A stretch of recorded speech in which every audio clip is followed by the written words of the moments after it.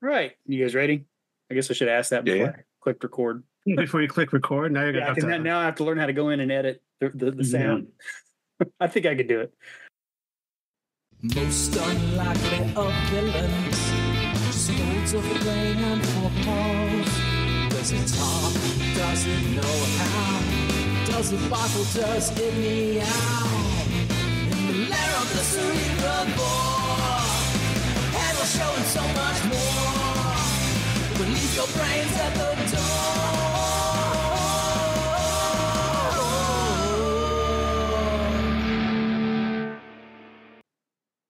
Welcome to Cerebrivore. We're back. It's been a little bit since our last episode. Hopefully, we're getting back into the swing of things. Today, we're going to talk a little bit about Appendix N, and this may be a recurring topic for a few episodes here and there in the future, because we've thought in multiple different ways to discuss Appendix N, and each one turns into an entire, maybe episodes worth of discussion.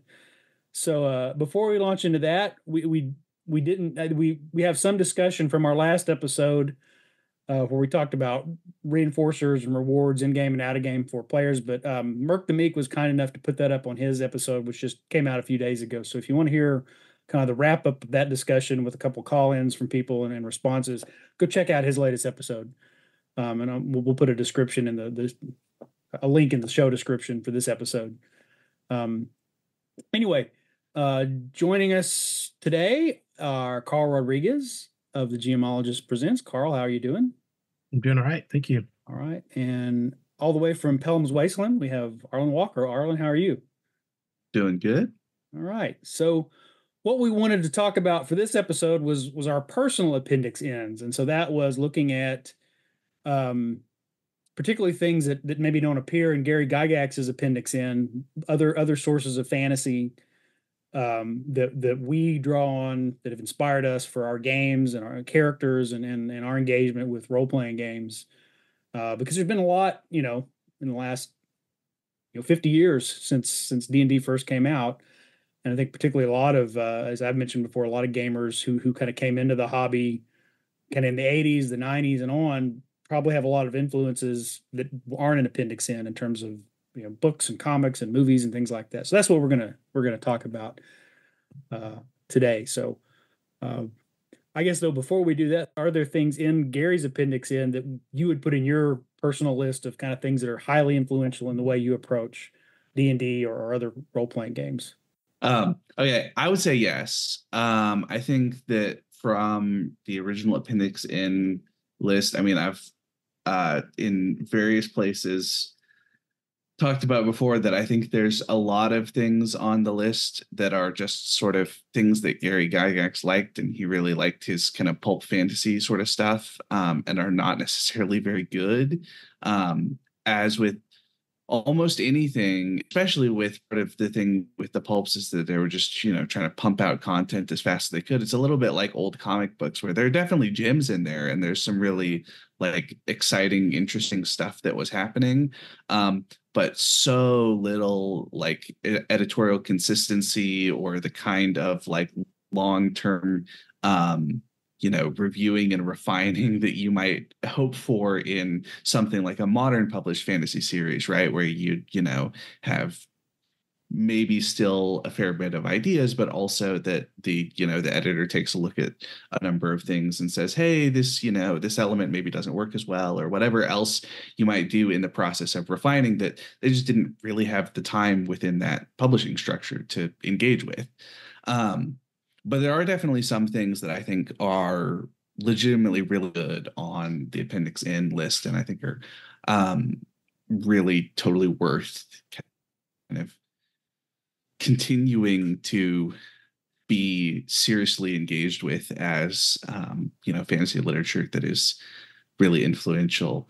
I think, Tolkien is on the list, obviously. Robert E. Howard is on the list. Michael Moorcock is on the list. Fritz Lieber is on the list. All authors that it's worth returning to their stuff more. Jack Vance is on the list. And then there's, Roger Zelazny. I don't know exactly which of Roger Zelazny's things it was that Gygax was thinking of. I have the list here. So Jack of Shadows. Oh, yeah. And the Amber series. Oh yeah, it's definitely one of my influences. So. Yeah. Then like Lord Dunsany is super underread for just being kind of a weird, fascinating thing that this dude come up with that is awesome. Edgar Rice Burroughs, I kind of feel less excited about. I can understand kind of, I think if I had started reading him when I was younger, I would have more positive feelings about a lot of his stuff. But I know, like, it's really, you open up A Princess of Mars, and it's like, oh, this is where, like, half of 20th century sci-fi comes from somewhere in here. So there's a lot of that in there. And but yeah, for me, I think really Tolkien and Howard, less so Moorcock. But yes, there are definitely, I think Tolkien and Howard are definitely kind of the two top names on the list for people that I would go back to for my own inspiration. Yeah, for me, well, I would also add Lovecraft in there too. I do like sort of weird horror, and I try to throw stuff in. But the same that Arlen kind of listed. Paul Anderson stuff. I actually bounced off of Three Hearts and the Three Lions. It was kind of dull, and there was some strangeness in there that I just didn't particularly care for. So, but definitely Tolkien and Howard for sure, Fritz Lieber, and then Moorcock less so to me, but I can definitely see, because I've read the Amber stuff, and not just like the first Amber, but the second Amber, and I think that probably did really influence, especially like Law versus Chaos and the Lords of Chaos and all that kind of stuff. And Courts of Chaos versus what Amber, the ideal of Amber, right? So I thought that was pretty neat. So, and also how to cheat and get guns in your fantasy game. Just going to add Leigh Brackett, who has a writing credit for The Empire Strikes Back, which by itself was pretty cool. But also I read Sword of Rhiannon that she wrote a couple of years ago. I mean, she didn't write it. I read it a couple of years ago. She wrote it a long time before. And I think that's a really good demonstration of not just kind of a lot of this kind of pulp stuff, but especially the way that the sort of pulpy sci-fi fantasy things become sort of self-reflexive. It's kind of a really interesting meditation almost on Sword and Planet alongside being a fun adventure story by itself. And so that's I think a really cool way to think about a lot of these things, because DMs are not the only ones who are familiar with these sorts of things often, right? That, it's hard to sit down at a table and do something inspired by Tolkien with players who do not know about the things that Tolkien did in his legendarium. And so thinking about ways to kind of cleverly engage with that also recognizes that these are parts of the general culture is kind of a interesting take that Gary sort of didn't have to contend with, because of course in the first role-playing games nobody knew about role-playing games, right? So they didn't know about what you might do with these things. I also, Leigh Brackett is one that I've read. I read her whole with the Amber Plant. I can't remember there's a series that is kind of an homage to John Carter, except the guy, he goes to Mars, but it's like the idea is he grew up on a colony on Mercury, I believe. So he's very, resistant to heat and, and sunshine and stuff like, but he goes into a distant planet, and it's kind of a sword and planet where this planet's star is cooling, and people are constantly migrating closer and closer to the equator, and it's created economic, cultural disruptions. It's really, really interesting story, but I enjoyed that. One that I have that I really enjoyed is The Reluctant King by L. Sprague de Camp. It's just pure humor. I mean, it's very silly humor. So, today, I mean, you have to read it. It's one of those ones where you go, boy, there's kind of a lot of misogyny in here. So maybe that's not so cool, but it's got the Goblin Tower, the Clocks of Eraz, and the Unbeheaded King. The humor in that is you kind of got way before the archetype. Now you would go, well, there's the philandering horny bard. That's the main character of this. He stumbles through adventures by telling tall tales and making jokes and kind of charming people, and he has lots of adventures with women. And he's really, but there's a lot of humor in there. But then there's also, it's set in the same setting, but it's not part of that trilogy, The Fallible Fiend, also by L. Sprague de Camp, which I think is really another really good humor. It's kind of the way I would, if I was going to do, like when you summon a demon, the idea with this is the demon has to do exactly what they're not evil. Their overlords dispatch them.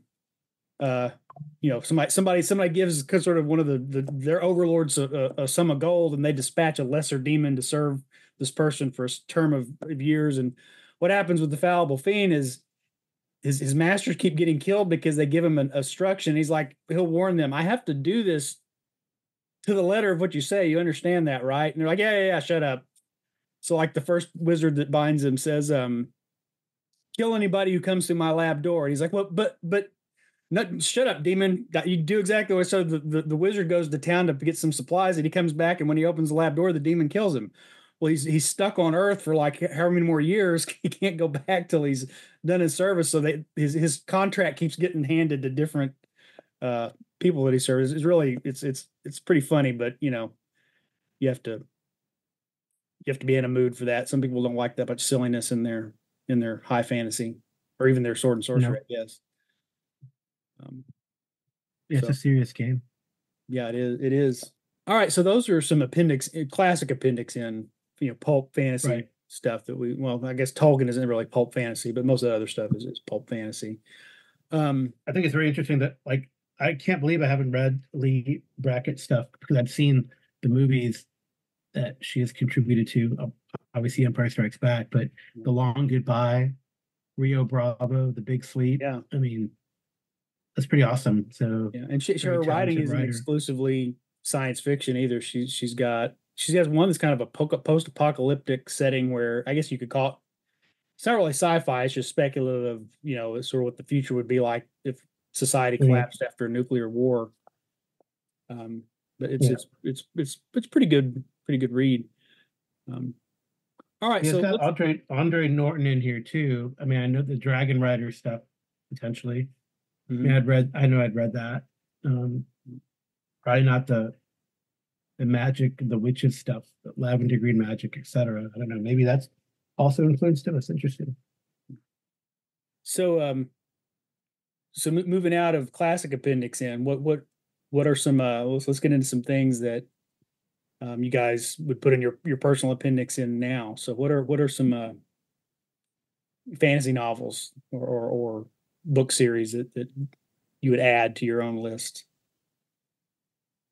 Arlen, you want to go first? Arlen, I guess you're going first. Yeah, I mean, I think one of the interesting things about the list, the Appendix N list specifically, is that it doesn't really include a lot of the original writings. Like we might describe them as sort of primary sources, but I'm thinking about like Beowulf or Le Morte d'Arthur, obviously not written by people who knew the fictional characters that both those books are about, but stories from a culture much closer to what the story is about. And for me, those are really influential on my sense of the games, thinking about, like Homer's Iliad and Beowulf and the Mabinogion to some degree, or the Tane, the Irish one, or, I mean, all of the different Arthurian stories. Mm-hmm. Maybe not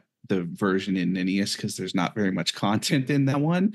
And maybe not, Gildas doesn't even say his name, which how dare he? But especially the kind of later, thinking about the sort of later Arthurian stories after they're kind of brought into the broader kind of consciousness of Western Europe in medieval times, that I think there's a lot there that ends up kind of influencing a lot of these stories, right? The fantasy sort of in some ways becomes modern fantasy, or at least a lot of it becomes kind of a sort of third remove the kind of generational developments of these stories that gradually we get all these things that are not in those stories, and we kind of lose out on some of the things with those stories. But although in between you can see some of the elements that are like still maintained. So like William Morris's The Hollow Land is a really interesting example of a fantasy-ish story that is still basically just kind of a chivalric romance, includes Christian beliefs on the part of all of these characters that don't live seemingly in any real country on Earth, but also like the battle cry of the Florian, his family is Mary Rings, and it's named for their bell, and it's named for like Mary Magdalene. So it's such a kind of fascinating in between state for fantasy. And I really like that one also. So, but that's I guess one of the big things for me is a lot of these the kind of closer to back when people used swords and spears to kill each other regularly is kind of a way to bring that feeling into a game where characters use sword and spears to kill each other regularly. Yeah. Well, okay. Yeah, I mean, I think like specifically the 80s, the books that came out in the 80s definitely influenced me very strongly. I would, off the top of my head, I mean, and it is odd that I agree with Arlen. It is odd that, a lot of these, even Tolkien has this idea of nobles and knights and stuff like that, though they have different maybe species or whatever. But yeah, I'm shocked that like Laurie is not there in Appendix N. Maybe it's too dense, but for the authors, it's pretty dense. I mean, yeah. So I think for me, like I know a big one. I'm looking at like 1980s best books of the 80s because that's really where I pick things up. Is things like Brayman Feist, the Rift War Saga. I'm Tad Williams' Dragonbone Chair. I can't believe it was in the 80s. The Gunslinger. What else is there here? I didn't really read Elfstones of Shannara, but that seems to be in here. Definitely the Black Company. Glenn Cook's The Black Company. The Chronicles of the Black Company. When so many series in the 80s tried to go the Tolkien level epic, heroic, romantic, the Black Company kind of stuck to that gritty, pulpy, Yeah, that's true. Plot that kind of plays out over the books, but they're still pretty much just, dirty, mercenary. Well, and some great like fantasy gaming concepts in there, aside from just like being a mercenary company, which is basically what most adventuring companies end up being, right? Is just sort of useful mercenaries. But I think especially in the later books, the Books of the South, one of the ideas that's really cool is that the Black Company is they have like their name, and they have the name of the city where their company originated, but they know almost nothing about like the equivalent of basically sub-Saharan Africa in this world. And it's such a cool concept when they reach all of these places that they might, maybe know like the name of the city, but almost nothing about it. But the people there remember what the Black Company was like, 500 years ago or something, because they've got, a much more settled, stable society that has that kind of memory, unlike the Black Company itself, which is, the sort of roving band of mercenaries that doesn't have time for a lot of that stuff. So I think that's a really fun kind of way to approach the sort of idea of the history of the fantasy world almost.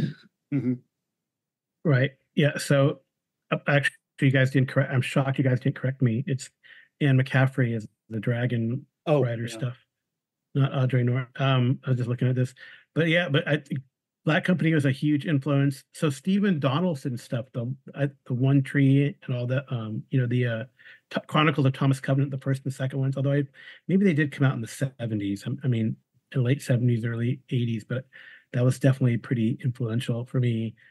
And then for silly stuff, two things stand out. Just because, and we joke about it, but I mean, ultimately, D&D is a game with elves, and it can't take it seriously. So, I mean, a case in point, World of Warcraft always makes fun of night elves because they have such big, weird ears. Yet they're carnivores because they have, sharpened canines. Anyway, it's funny. So, but the Xanth series was definitely very influential. I read it from a spell for Chameleon all the way up because definitely very influential for me. And then the Robert Aspirin myth connections, myth conceptions, all those kind of strange, like sort of almost dimensional hopping stuff where like demon means dimension hopping entity, right? So those are pretty funny. And I mean, there's this one short, and there's a series of short stories or episodes that happen in these different books, Aspirin stuff. And there was one where there's this like a triangular rugby game, and that was like one of my favorite like short stories of all time. I'm have to look it up, see what it is. But also some Joan Vinge, the Snow Queen, the Winter Queen. I guess it's Snow Queen. So, which is some fascinating books that definitely influenced me in the 80s, and that's the height to me of the first time I started playing and running a D&D. So I did not read Dragonlance, so that came out that time too. Yeah, never. I think there's. I actually did read Dragonlance. One of those things that probably warrants an entire separate episode is the self-referential novels set in D&D settings designed to promote the. Oh yeah, when I was in like the Drist and the Drist stuff. So when I was in middle school, they reprinted the Dragonlance novels, and they've done reprints a number of times. But specifically, they divided the first trilogy, the 3 books, into 6 books, and I don't know why they did that, but they turned them into small little paperbacks that I picked up off the shelf at the bookstore without knowing anything about D&D or Dragonlance or anything like that. But it was in 2006, 2007 or something, and read those, and I can't say I was ever a huge fan of those books. I thought it was odd that there's all this, especially in the first 3, there's all this stuff about how like the dragons have come back and it's going to be a really big deal. And then as far as I remember, there's not actually that much like, characters riding on dragons, fighting each other type stuff. That seems like what the concept of the Dragonlances is like. There's special lances that allow you to fight from a dragon's back, and then it all happens really in the background. Very much. It kind of all happens in the last half of the series. The characters are doing the sort of regular adventure thing where they're like, oh, there's definitely other stuff going on around the world. Yeah. So yeah, and it's interesting. We think of Stephen King, of course, as horror, and that definitely influenced me reading Stephen King. But he does have his like the Dark Tower, which is sort of more fantasy, speculative fiction, and then the Talisman that he wrote with Peter Straub. I remember reading that, like, oh, this is pretty amazing, pretty fascinating, and definitely informed. Back to Appendix M, Lovecraft is the same way. We think of him with a cosmic horror, but he has a fantasy cycle with the Dreamlands, which more elements and weird. He has some really good pulp stuff too. Like one of my favorite. No, that's actually it's Howard actually. So Howard is not just Conan too, right? We got to remember that. Yeah. So Howard has like these sort of other tales like Lovecraft does. That's not just Conan or any of the other heroes that he has. He has like Solomon Kane stuff. He has some sort of two-fisted hero, and some like one of my favorite Howard stories is called Skullface, about an opium addict who's going through. And I feel like there's this. It's by Dennis Twiller. It's called this the Scourge of the Sleight Hand, or is it Scourge? Something like that, of the Sleight Hand Man. It's an adventure for Call. I feel like that's very much. It definitely is influenced by Skullface, but it's really interesting. Interesting story. So it's like all of that kind of contributes to, and I think it's funny, like how you're talking about the self-referential stuff, and we probably should do a separate podcast on that. I agree, but I was already playing like in the Forgotten Realms before I read the Driss stuff, right? The Crystal Shard specifically, right? And that first trilogy. So well, and then that just kind of like you have like kind of further self-referential of like the various books that have been written based on other people's like role-playing game experiences, right? Like The Expanse was originally a D20 modern sci-fi game, and Gardens of the Moon. yeah, Steven Eriksson's Malazan Book of the Fallen is from, I think they were playing GURPS is what I remember, and with like super high powered characters, which is why there's some ridiculously powerful characters in those stories. But it's sort of a fascinating, because those, I think Malazan in particular is partly fascinating because once you know that, you can sort of see, oh, okay, these are sort of like an attempt to do something that is recognizable enough related to the kind of classic fantasy things that we get, like the various, I mean, they're not called elves, but they're the, you know, the ancient races that are in decline and all of that sort of stuff, and the different Anamanda Rake being this sort of super badass from prehistory who is kind of also sort of at the end as like, oh yeah, you know, you can see it's kind of like Elrond in some ways, or Galadriel, but it's also like a totally different sort of thing that has been come up with to kind of both connect with that sense of like, this is what fantasy is, and also do something that is different to kind of like expand what fantasy is in some ways. Or a series that I really enjoyed when I was younger and have been rereading, R. Scott Baker wrote, the whole series is called The Second Apocalypse, and there are 7 books. I think he had planned on one more trilogy and then did not get a chance to publish it, because the publisher decided that publishing like a 10-book series wasn't worth it at that point for whatever reason. Who knows?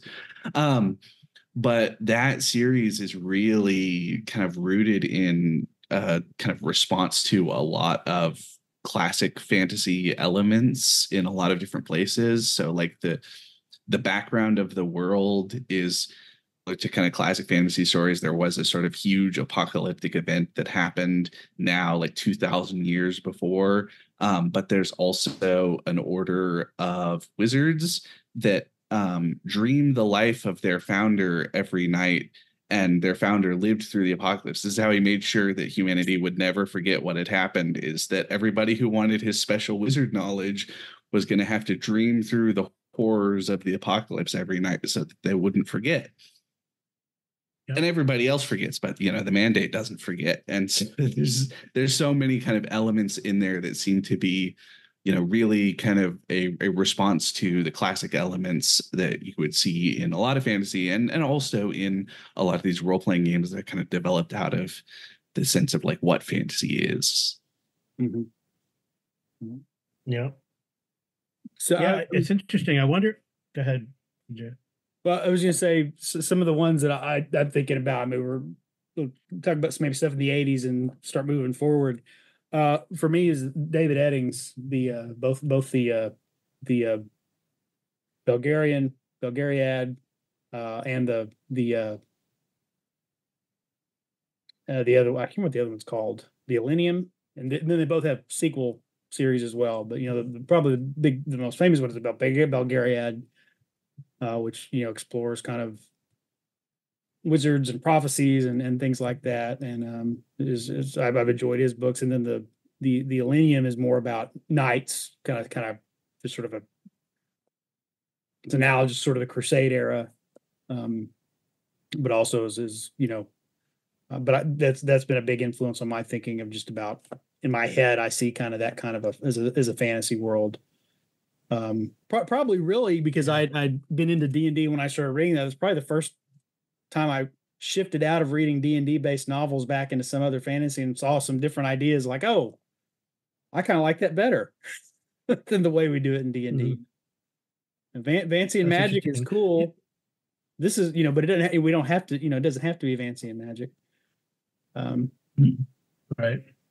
Yeah, it's interesting. I wonder if like, yeah, because the 90s was like sort of almost a shift, right? You had the starting of these big long series, right? Including the Malzahn stuff, but also Arlen Walker's favorite Game of Thrones, and you know, Eric Salzwiedel's favorite, The Eye of the Wheel of Time, the Robert George stuff, Wheel of Time, yeah. So yeah, I mean, so you have these like big, giant, epic The Witcher starting also things started in that happen. 1990. Did The Yeah, but Witcher nobody also knew start? about it over here, Oh yeah, that's true. right? They didn't know it. They barely even knew about it after the second one came out. It was really after the third game came out that people were like, "Hey, these books are pretty good." Yeah. It's interesting. Yeah, and then also like Philip Pullman's stuff, right? The his Mhm. Dark Materials and all that. So Yeah. like the kind of delves into like the steampunkish era, right? So Yeah. no, it's kind of interesting how the shift from sort of a classic fantasy to Well, or also been rereading some of Bernard Cornwell's books, oh right, and the stuff after Sharp is totally. I mean, it's not in a fantasy world, but it's historical fiction about adventurers going on weird adventures and stuff, right? Like that's all right. the Last Kingdom stuff is. I think that's a little later, but the Warlord series is his Mhm. King Arthur trilogy, and that's from the same era and Yeah. totally kind of fits in with the same kind of feel of a lot of these grim and grittier fantasy Yeah, compared to like it's interesting. Tolkien. It's almost like a Golden Age to Iron Age comics, right? Yeah. That shift. Yeah. Huh. Um, Yeah, so I think it's pretty interesting. But and do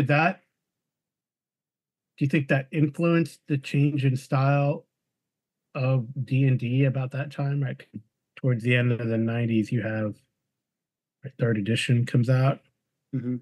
Well, definitely. I mean, or is it earlier? it seems to me that one of one of the biggest things that happens with D&D is just that like the cultural familiarity is so much greater that a lot of the things that seems like it seems to me that that's one of the reasons that the things that are sometimes present in the earlier editions but toned down take a much larger role in later games, right? Like tieflings are, I think, a classic example where tieflings are a part of the world in the early editions, but they're not like a player's handbook playable race until fifth edition, or maybe in fourth edition too. I don't remember. You Anyway, could do it in third edition.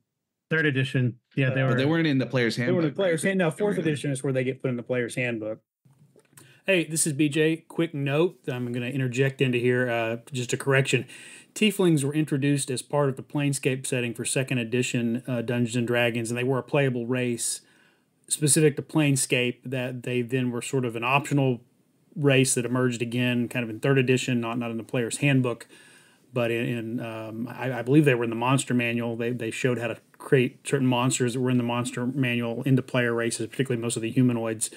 But it was actually fourth edition where they became a standard player's handbook race, and that's continued through fifth edition and probably on into our next iteration coming out this fall, as well as they're pretty standardly available in Pathfinder now. So, but yeah, it started in second edition D&D with Planescape.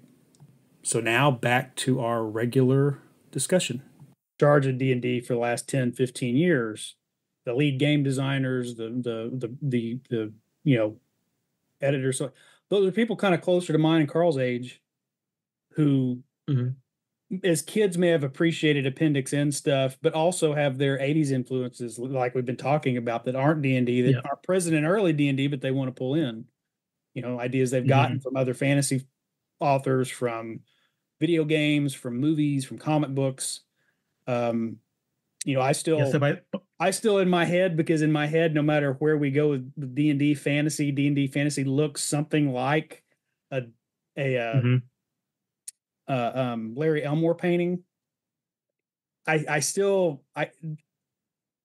getting anime in my D&D is still kind of, I have to, because I have nothing against anime, but the idea of a guy walking around with a broadsword 3 times his size because it looks cool in an anime movie. It's like, but hey, that's my age speaking, not really that there's anything right or wrong with that, I mean, I think the funny thing about that is that like the sort of silliness of it's hard to say that Berserk is silly, but definitely there's a lot of it that if you're not paying attention into like what it's supposed to mean and like the violence of the world and the suffering of the characters. It definitely comes across as a little silly if you're just like, hey, this dude's carrying a sword that's supposed to weigh like 50 pounds and slashing people in half without doing anything, and there's like weird demons around all the time, and all it strikes me as the same sort of silliness as like old school D&D, to be honest. Yeah. Well, I think I mean, Jason and I talked about like how like art looks in D&D, and we came to the conclusion like what is new was there before, you know. So what is old is new again, or however that cliche goes. But I think it's really interesting that I think like these books of the 90s that are over the top, larger than life, you know, like especially something like the Wheel of Time, right, informs the changes in paradigm and even art influences from, like you said, BJ Larry Elmore to more of a Wayne Reynolds type of style, right? So yeah. But that's also influenced by like, you know, comic books and things like that. The changes in style, you know, from the earlier styles to and for me, I don't the mind guy who did Amazing Spider-Man for a long time. And for me, I don't mind actually if our D&D looks like it's been drawn by Todd McFarlane or Jim Lee or someone like that, as long as it still looks like, you know, Tolkien-esque medieval fantasy and not a anime. And that, again, that's my personal preference. I'm not going to toss. Yeah, but that's the thing is like, yeah, but look at Eberron. Eberron's more anime influenced than. But that fits. You know, that Eberron fantasy isn't exactly classic fantasy. It's got this mage punk. Yeah, sure. Yeah, you know, magic is technology. Yeah, living in Eberron is like living in 1940s. Right? But it's just we use magic. They use magic instead of electricity. Mm-hmm. Well, and that's a place where you sort of open up now like a whole new set of influences for like the appendix and concept is, right? Suddenly all of the like, you know, Dashiell Hammett stuff becomes like, oh, well, you know, as long as the dudes that break down the door are half orcs, then yeah, that totally fits, right? That there's kind of an interesting way in which the sort of tweaks to the settings, especially the more I think about like since early D&D so much emphasizes this idea of like, you know, it's the wilderness and the fall of civilization and points of light in a difficult world. And then once you get to like a more kind of cosmopolitan world where it's not necessarily like that, you know, it's sort of still wilderness, but it's urban wilderness instead of rural wilderness. And it's, you know, crime syndicates instead of random goblin patrols or whatever. That there's something kind of interesting in the way that you pull on different sources. Right. It's interesting that Forgotten Realms has evolved to be sort of everything to everybody when it comes to D&D. The original Forgotten Realms was supposed to be almost kind of a parallel that kind of period with the transition from the Middle Ages to the Renaissance. It really is like they're on the verge of the Age of Sail. There's only a couple of countries left where the monarch is actually in charge. It's all merchants and guilds. And that kind of gets lost in a lot of the novels and the way people play, because a lot of people bring their own ideas in as opposed to playing the world now. They make the world what they want it to be.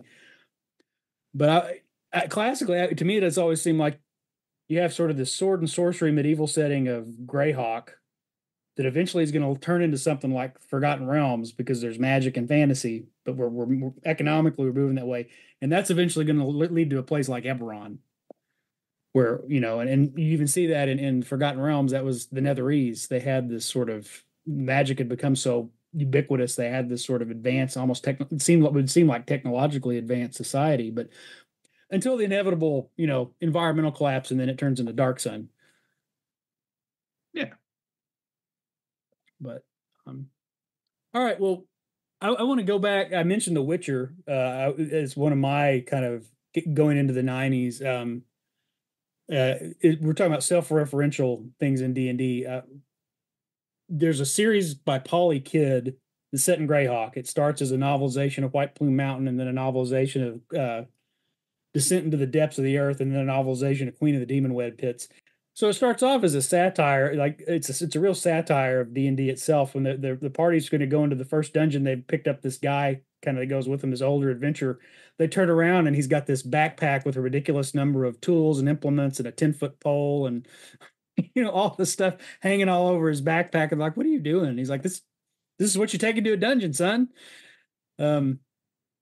So, but I remember reading The Witcher, particularly the first two books, which are more anthologies that sort of build the world that then the later novels kind of carry out his sort of epic story. And it was one of the first or second, very early on, one of the stories. It's the one where he promises Yennefer something, but they don't really tell you what his promise is. It's when their first kind of fling. But there's a character that's also using magic, and I'm like, oh, that guy's a cleric. I bet this author is really into D&D. And then there's a later story where they go on a dragon hunt because this dragon is terrorizing this area. So that all these people it's where they introduced dwarves for the first time. But it's a really good story. The TV show didn't do that one justice at all. But they're talking about what kind of dragon is it, and Geralt is explaining all these types of dragons, and somebody says, "What about a gold dragon?" He says, "There's no such thing as a gold dragon." Of course, it turns out it's a gold dragon. But the dragons he's going through, I'm like, that's not even the AD&D. That's the classic, basic, old D&D taxonomy, where it's the gold is the only metal dragon, the rest are the chromatic dragons. I'm like, I bet this guy really was into D&D, and so you could the more you read it, if you're familiar, particularly with like basic D&D and original D&D, you can see the Witchers are basically rangers. And most of the other characters they meet, there's a role in that world for magic users, for clerics, for druids, for fighters and stuff like that. So, and then of course they use the classic, elves, dwarves, and halflings are their demi-humans. I don't think they have orcs or goblins or anything like that, but The Witcher is one that really kind of made me think about how to turn D&D itself on its head and do something different with it, where you could maybe take the elements of there, but give, narratively, how would you define a societal role for wizards and a societal role for rangers, a societal role for druids or bards or whatever the case may be. And you can use the mechanics of D&D to do it, but you don't have to recreate a D&D world or just, hey, this is Greyhawk, I've just called it something else, because we're effectively, I think people have said, if you play D&D, old D&D rules is written, you're basically playing in Greyhawk, because the descriptions of the monsters and the class abilities just feed into Gary's idea of his campaign world.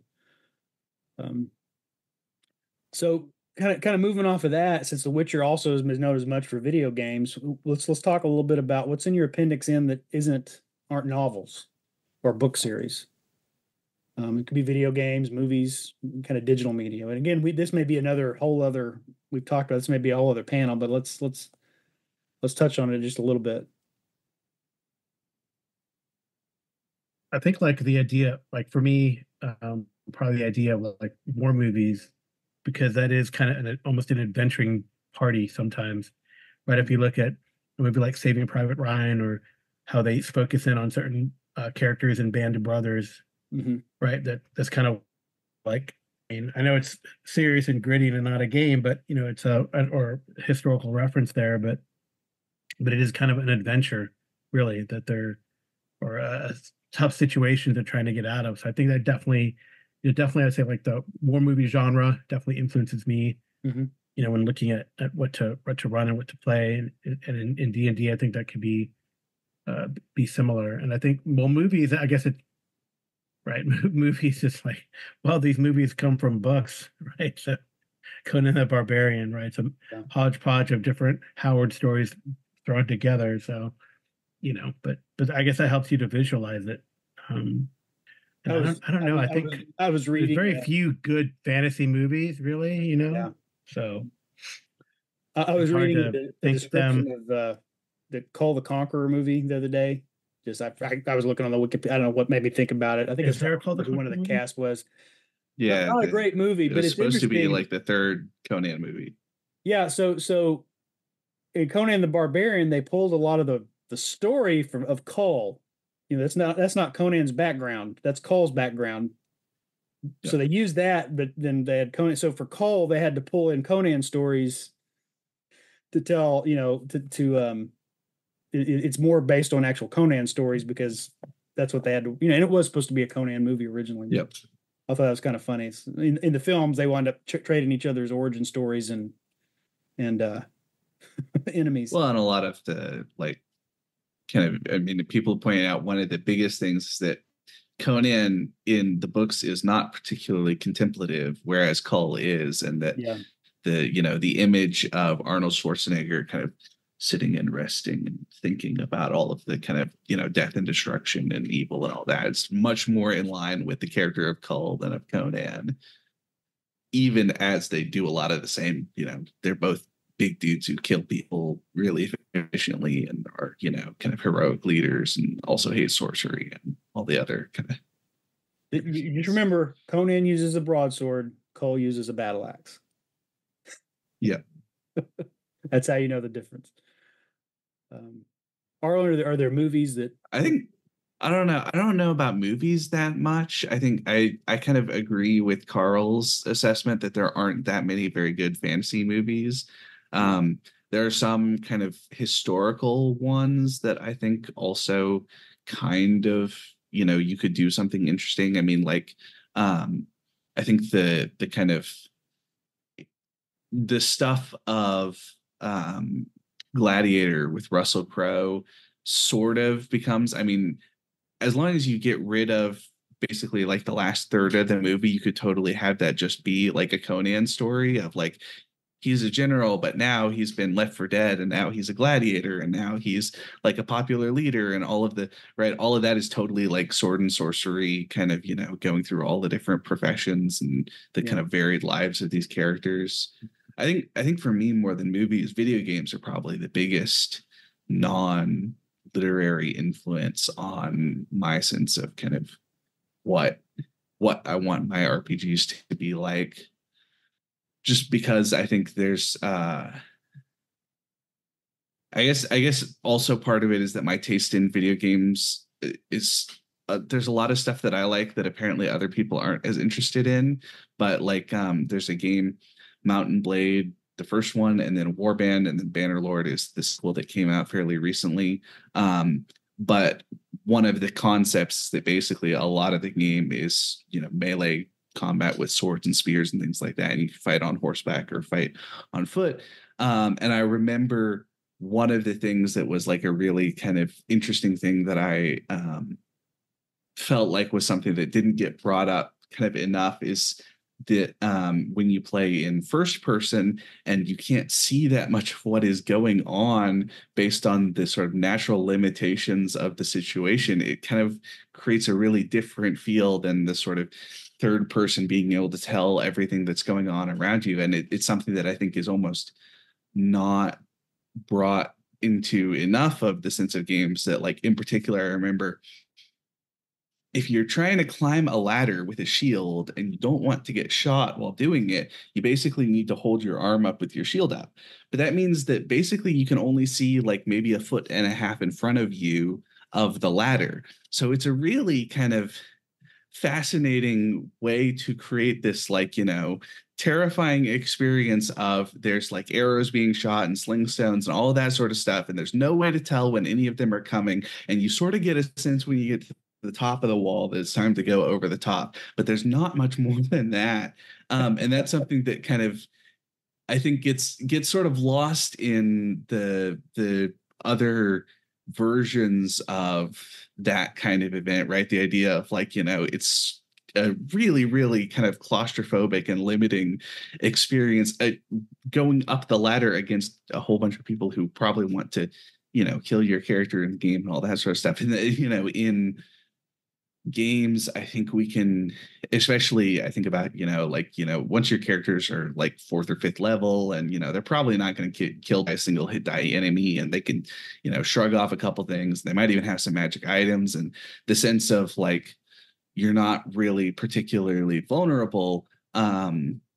And that may be true, but there is probably still a sense of like the chaos and the violence and the way that this is not really like a comfortable place to be, even if you're probably enough of a badass to come through just fine by now. And that we sort of gloss over that sometimes in games, right? That the sense of the kind of experiential element of being in combat like that. And I think that's where I draw so much from these games. think also like the Elder Scrolls games. I have a super messed up Skyrim mod list that is what I like to play with, that includes all of everything in the world. Instead of normally the level is scaled based on your level, so that it's sort of like it's always kind of a challenge for you, but it's always not like too difficult and not too easy is the idea. And the sort of core of the way I like to play is a mod that just sets everything to a randomized level, basically, in the world that is totally not reflective of your character at all, which means that for the first like 20 hours of any given character, you're basically just getting your ass kicked in every single fight that you take. But after a while, it's a real, like, it's what I think I get out of the kind of like old school randomized encounters list. So the idea of like, okay, well, at first level, this random encounter was terrible, but now that we're like sixth level, this random encounter is going to be the one that's in, you know, serious trouble if it's using the same list and all that sort of stuff. And it's similar to that sense of like, because the world hasn't gotten that much stronger, there are things that have changed in the world, but it's not like, you know, the bad guys have access to a ton more resources now or anything. So you can, you know, start to just wade into the battle and be just fine. And that's kind of a cool, you know, feeling. Yeah. For me, my video game experience is pretty limited. I think the only video game I played with some dedication was World of Warcraft. But I think World of Warcraft is just D&D, but with a bunch with other species. You know, you go, you wander, you explore around. You know, you go into dungeons. I mean, so I guess it kind of does have a pulpy D&D influence, particularly on me. I mean, I've always wanted to run. I mean, I know 3.5 had like a World of Warcraft, and there's a pretty good 5e hack that I've dabbled in, but it'd be fun to run in that world, you know. Mm-hmm. It's just you know, it's you have to convert yards to miles or something because the distances don't make sense, but yeah, you know, it's the fun of it. But I think that's the only video game I play, and I guess it has had some sort of influence on me, you know. That's another example of a movie where they had a property and they churned out a movie to make a buck, where there's much more rich material to draw from if they'd actually taken the time to write a decent script and been patient and used, you know, maybe a little more experienced filmmakers. And well, they basically like took some of the World of Warcraft lore and mashed and squished it together effectively and changed some things. And but you know, I watched that the other night actually, and I was surprised like who Dominic Cooper's in it, and the guy who played the Fennel guy who played Ragnar Lothbrok in the Viking series. Yeah. So yeah, that's kind of funny. It's like, oh, I recognize that guy. There was an adaptation. I think the Dungeon Siege movie is an adaptation of a video game. I made it 20 minutes and turned it off. The one with yeah, movie, it's terrible. With it's got Jason Statham and Matthew Lillard, and somehow they got a couple other kind of, you're like, really, they made this movie? Of course, it's the same thing with the Dungeons and Dragons movie, where, you know, you've got Jeremy Irons. Is it Jeremy Irons? Is that Jeremy Irons? Jeremy Irons is also in the Aragon movie adaptation. He plays the mentor character, which is also trash. That movie sucks. But the books aren't very good in that case either. So, you know, again, our initial when you consider that the first one, he was like 15 when he wrote it, that's pretty impressive. But yeah, compared to it's very, I think it's also one of those weird places where because he self-published it at first and then it got popular, and so then they didn't make any changes to it, and I think there are some obvious changes that an editor would look at it and say, hey, if you like, especially there's a whole prologue scene that's in the movie and the book that is about like where the egg comes from, and the story is way better if you just cut that and have it be a mystery for the readers in addition to the character that you're supposed to identify with. And I think an editor would have looked at that and said, this is like the Tantive 4 scene, except that it also sucks. So get rid of it. And because he had, right, they couldn't, I guess they decided against publish the, 1.5 version of Aragon. So, yeah, I think for me, one thing I mentioned, there aren't a lot of good fantasy. There aren't. I'm trying to think of any that are particularly good. And it probably depends on your taste, but Jason's gonna be sad if we mention Peter Jackson's version of the Lord of the Rings. yeah, well, that's certainly They're actually pretty good, though. where a lot of I people know they're kind of great in movies, fantasy are but thinking about fantasy. When you start talking about elves, dwarves, halflings, and orcs, they're going to go to Right. to that. So that is influential, whether you like it or not. That's kind of had it put its mark on modern. Same thing with Game of Thrones now. But the crazy thing is that as more people probably nowadays relate, or their vision of Middle Earth is the movies, not the books, right? So True. I think for some movies it can be influential. Labyrinth, even though that's not, it's kind of a fairy tale, portal fantasy sort of thing. But I know for me, kind of in my homebrew setting, that's kind of my idea, is that all the goblins report to this basically wicked fae kind of character that doesn't look like just a fancier goblin. He's looks like an elf, potentially. So there are still some gems out. Excalibur, it's not really.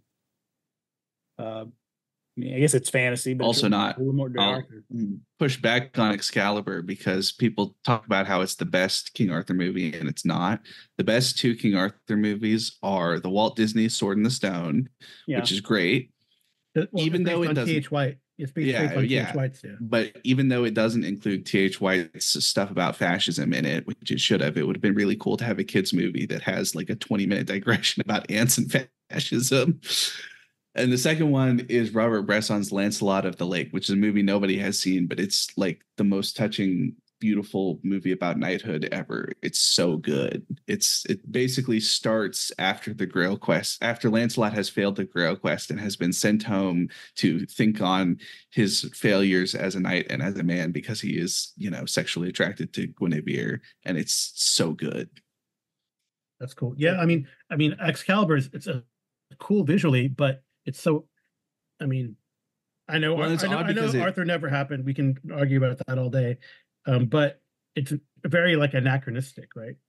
Yeah, it's all of the late medieval plate armor and stuff, but also I think the biggest failure with Excalibur is some of the weird changes that it makes to the story, that are changes that are made oftentimes, but are unfortunately, I think, kind of cheapen some of what is sort of the magic of the story, especially for being the Sword in the Stone is one of those things that I get really hung up on, because originally in the earlier stories, the Sword in the Stone is this different sword called Clarent, and it becomes a really big deal when Mordred starts his rebellion against Arthur because he steals Clarent, which is a second sword that grants dominion over the kingdom. And it's such a great way that sort of ties in with this sort of superabundance of Arthurian fantasy, this idea that there are two different swords that both do basically the same thing, and also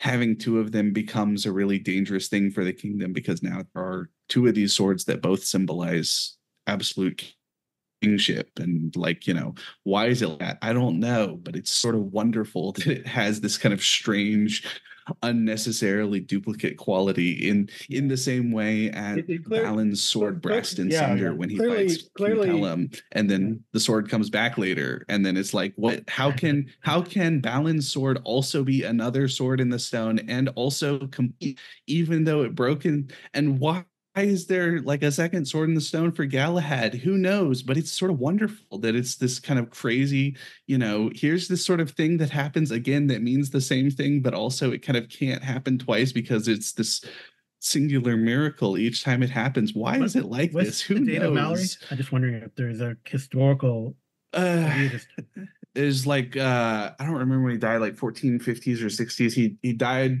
before Henry Tudor took the War of the Roses.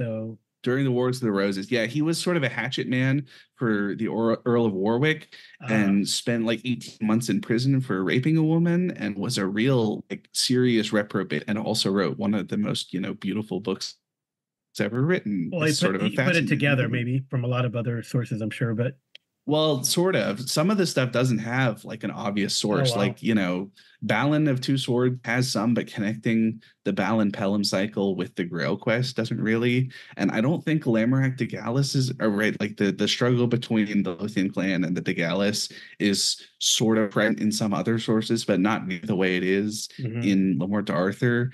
So, Yeah, I mean, it could have been the two sword thing could have been maybe when he was rotting in prison, he was like, well, maybe there can be maybe we don't have to be fighting this. There can be two legitimate houses. Sides of I don't know. Maybe. No, that just proves the adage that strange women lying in ponds distributing swords is no basis for a system of government. Yeah, this is true. So a movie I wanted to was Kingdom of Heaven. It's very got an interesting portrayal of knights at the crusade. I really enjoy. For some reason, I like a lot of that movie. I think was pretty well received, but I like a lot of Ridley Scott's movies, even sometimes the ones that aren't well received by most audiences. But with Kingdom of Heaven, I think one thing that really stood out to me in that was David Thewlis's portrayal. Jeremy Irons is in that movie too. Yeah, is he in that movie too? Yeah. His portrayal of the Hospitaller Knight playing that movie. Really, to me, is like, oh, that's a cleric. I get it now. That's a cleric. That's what a cleric would do in an adventuring party. They're a warrior. Yeah. They're not the super fierce warrior like the fighter or the paladin, but they're also the people who calms everybody else down, who make sure everybody's okay, who kind of lets people kind of, bounce ideas off of and process what they've just experienced. I was like, that's how you play a cleric. I get it. Now I want to play a cleric for the first time ever. Yeah. For me, I think Star Wars has to be in there. It's not pure fantasy, but it shares a lot with epic fantasy. Indiana Jones, those movies certainly inform I think a lot of people's opinions of how dungeons work and booby traps and things like that. Yeah. Well, I guess if you mentioned Star Wars, I mean, but and I suspect that the movies haven't been out for that long, but I think that specifically the new versions of Dune are going to be like that for a lot of young people that see this and are like, oh, this is what like sci-fi can be like. So since you're mentioning Star Wars, I guess we have to throw in like the Kurosawa films. Certainly, samurai films. The Seven Samurai, right? And totally. Or Ran. And then Westerns, of course. Yeah. Yojimbo, certainly. Yeah. Rashomon. So, not sure how you would do that in a role-playing session, but it'd be interesting. Mm-hmm. But before we run out of time, one of course big influence on me are comic books, particularly the comic books of the 80s and 90s. X-Men in particular was the one I was a huge fan of, and not so much the X-Men. I don't know you can do a fan. They don't go on great journeys and quests. They hop in their jet and go fight a bad guy, right? But the characterization of you've got lots of characters, at least particularly sort of those classic Chris Claremont era X-Men, they all have very distinct personalities, distinct types of ways of relating to one another. To me, if you want to get into the the acting aspects of role playing, where the party's sitting around making a plan and arguing and debating and what they want to do, and everybody wants to get their head into character. I think the dynamics of the X-Men and the Avengers or the Justice League at different times can really inform that. I think if you watch the X-Men 97, technically it's a sequel to the 90s animated series, but I felt like that was probably on film the most accurate capture of the feel of those 80s and early 90s X-Men comic books in terms of the characters' and I think bodies and their motivations and what goes on. I think X-Men is also a really interesting place to go because it presents something that we often don't have in a lot of these kind of grand fantasy series, which is anything like Magneto and the Brotherhood of Mutants, where they're like bad, but they're sort of right? Like, Magneto is is bad, but he's also definitely got a point every time that he, talks about like this is why we have to be bad. And in a lot of the fantasy stories, right? If you have, I think people like to complain about Sauron because they don't understand that the point of Sauron isn't that the free peoples don't know how to beat, it's that they know exactly how to beat him. It just means taking the One Ring.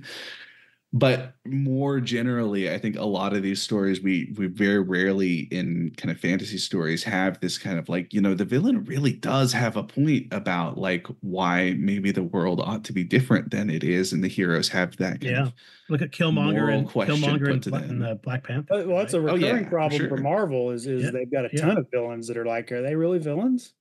I mean, they have a good point. They're just maybe going about it in the wrong way.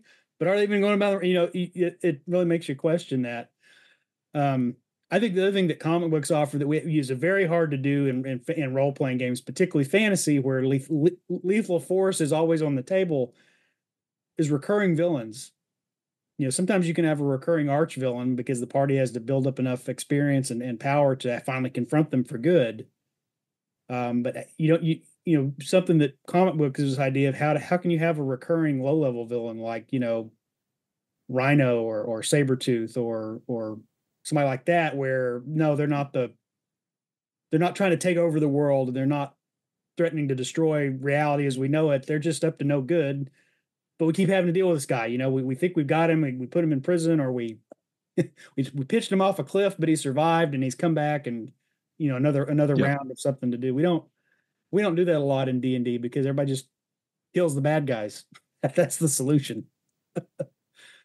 And you try to impose a no-kill rule, and that's one of those things you had a session 0 and everybody has to agree, hey, let's try a system where we don't just kill all the bad guys unless we just well, you could do, I think about like, in the sort of fantasy that is like He-Man and the Masters of the Universe, and that obviously in the animated TV show for children, they're not going to show He-Man like ripping Skeletor apart or anything like that, and so they kind of get away with a lot of that. But then I think there's also, because there is such a kind of fondness for those sorts of stories or for comic books, that if you're as a GM kind of willing to be upfront about like, hey, this is something that might be fun, is to have like figure out ways for the villains to be recurring characters, and also not kind of cheapen the player's victory over them, right? That the players are allowed to beat the villains under the assumption that the villains may come back another time, but that's sort of part of the thing. I think that there are a lot of people who like those sorts of stories in a lot of ways, and are maybe willing, maybe not as much in something like D&D, where the, juicy, however much experience that villain is worth is kind of like, oh, I'm so close to the next level, I'm just going to get him this time. But, especially in a lot of other games, or just generally, I think in plenty of superhero role-playing games, where it seems like that's part of the idea, is like, yeah, of course we don't kill people because we're mostly trying to be good guys most of the time. Yeah, it's very interesting. That could be maybe that's a good place to end, because I think that could be a whole nother topic. Because I was just thinking of that while you were saying that. Is has there been, I feel like recently, I don't know if it was Warhammer Fantasy or in a D&D, where the player character is like, no, we're not going to kill him, we're going to take him in. I feel like there's a session of that I had that I don't remember where that was.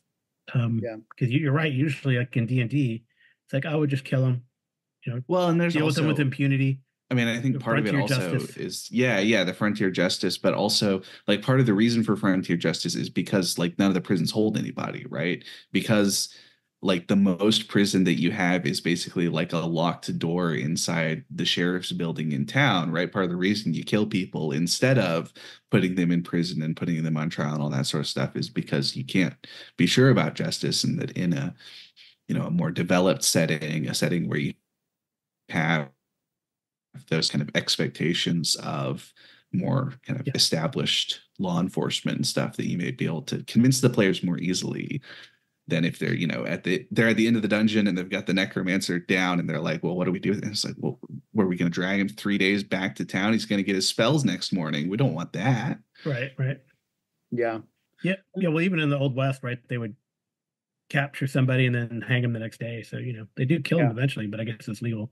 And maybe it was Traveler then that I'm thinking that, there's some characters that some bad guys that you ran into and didn't kill them, but arrested them. But I feel like it was like a fantasy game.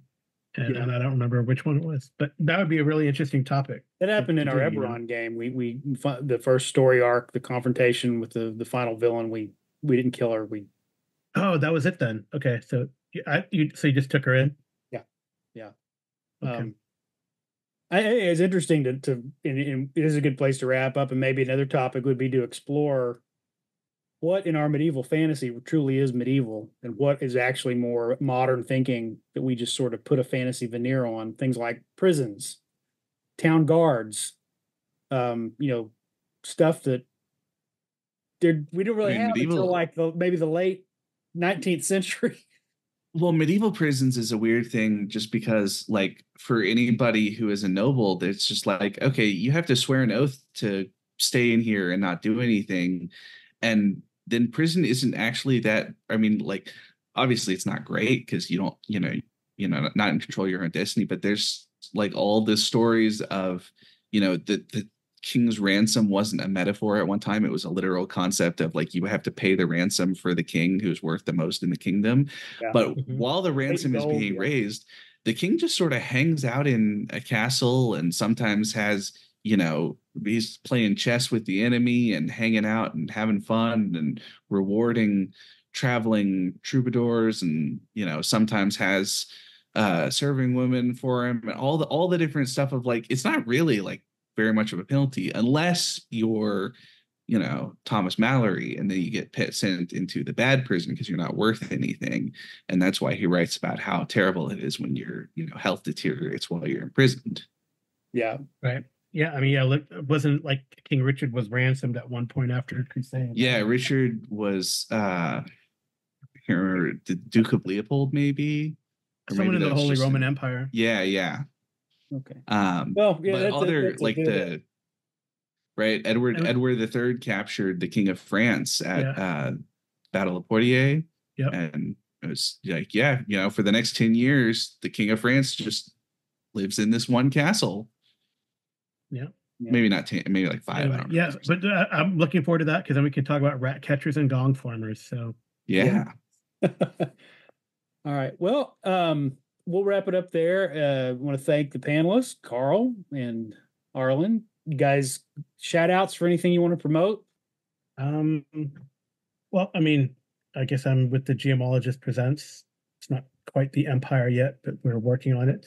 Yeah. But the YouTube channel and podcast, I was able to transfer all the podcasts from Anchor, Spotify to YouTube.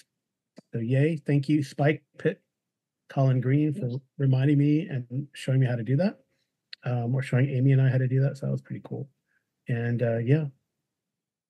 And also, I think specifically you guys should check out the Dreams and Machines actual play on the YouTube channel because Amy, my friend Jeff, and I got an award for that. So, oh, wow. Great. Yeah. The award-winning GMologist Presents. I know. Can I put that award-winning? Yeah, now that you've won an award. You think maybe if we put our top secret New World Order games up, we'll get something from Solarian, an award? Or no, I'm thinking what'll happen is that the Pinkertons or the FBI will come and knock on our door. That's going to be if we do something wrong with we play D&D 5.5 before they're ready for us to do anything. Oh, right. Yeah. We show an illegal magic card. Yep. Arlen, you got anything you want to promote right now? I will also promote the GMologist Presents podcast and YouTube channel. You should go check it out. Yeah. Oh, man. Oh, yeah. Because, Arlen and BJ and Arlen play on there a lot. And they're great players. But Arlen and Sean Pellam just were amazing in my modern Call of Cthulhu game, I think. So that was really fun that we did. I think the part 1 is out, and we just recorded Cohorts Cthulhu. So hopefully that'll come out. I had a house full of family this weekend, or I would have been able to join you. So yeah, well, next time there's plenty of play. It was easy to throw you in. So. Okay, yeah, I definitely want to get in on that. So, of course, I'm the host of the Arcane Alienist podcast. I've been spotty the last 12 months. I've got a couple recent episodes out, so please check those out as well. And I'm going to look on trying to transfer my stuff over to YouTube along with everybody else once I get a minute to sort that out. And hopefully we'll have more Cerebrivore coming out in the near future with the three of us, and maybe some of our other colleagues will be able to join us as well. We got to find a medieval expert. Yeah, we do. I mean, Arlen's here, of course, but we need another one. So, okay. So he and Arlen can argue. She. Yeah. So. Yeah. Okay. So, but there'll be ways to contact us in the show description. If you've got your personal appendix in, let us know. Books, comic books, film, video games, TV shows, Saturday morning cartoons, and whatever. Just if you've got things that would be in your appendix in, let us know what it is and why and how that's affected your gaming.